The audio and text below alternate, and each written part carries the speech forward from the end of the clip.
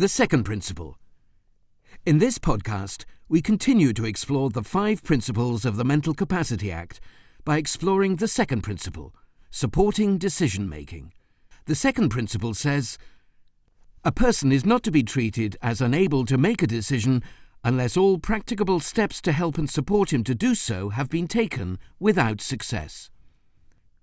This principle fulfills a practical purpose, and it's helpful to think of it as a way to ensure that you maximise a person's decision-making capacity. It's particularly useful where a person is on the borderline of lacking capacity to make the decision in question, when good help and support can make all the difference. Put simply, you should use support to max out a person's ability to make the decision in question. There are a variety of ways that may be used to support a person to make his own decision at the relevant time. The type of the support you'll give will depend upon different factors, such as a person's condition, the nature and urgency of the decision that needs to be made, and the availability of resources to help the person to make his own decision. Helping somebody could include something as simple as making sure a person is in an environment that helps to maximise his decision-making ability, such as being in a quiet room, offering support to help the person express his views and choosing the right time of day, especially important where the person's capacity fluctuates.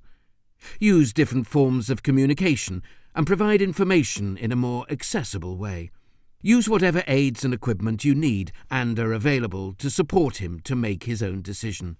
When supporting a person to make his own decision, consider whether he has all the relevant information he needs to make the decision, and, if there's a choice, he has been given information on all the alternatives.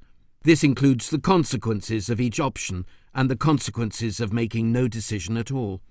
When providing support, take care to avoid persuading, influencing, or putting pressure on a person because, if he is able to make his own decision with your support, it is important that he makes his decision freely.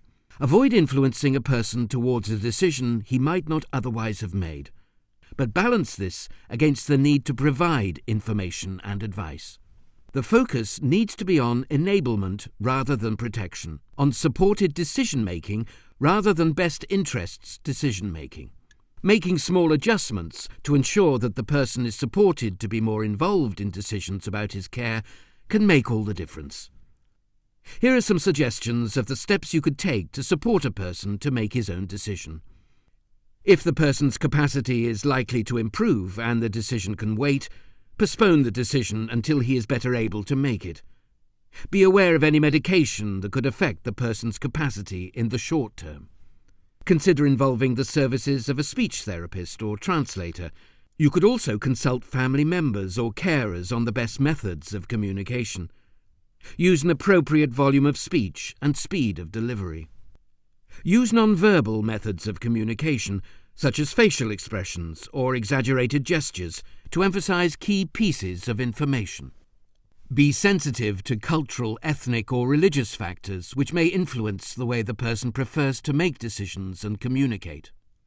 Try to choose the best time of day for the person to participate and the right environment.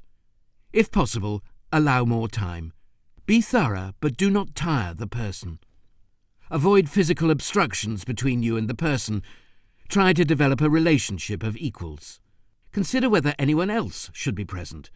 The presence of people who the person knows may well reduce anxiety. However, in some cases, it could have the opposite effect. A person can be a useful translator, but in some cases, their presence could turn out to be intrusive.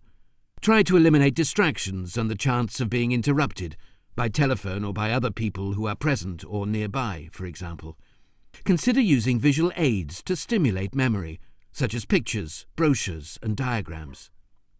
Allow enough time between your discussions to let the person relax and process the information you have shared.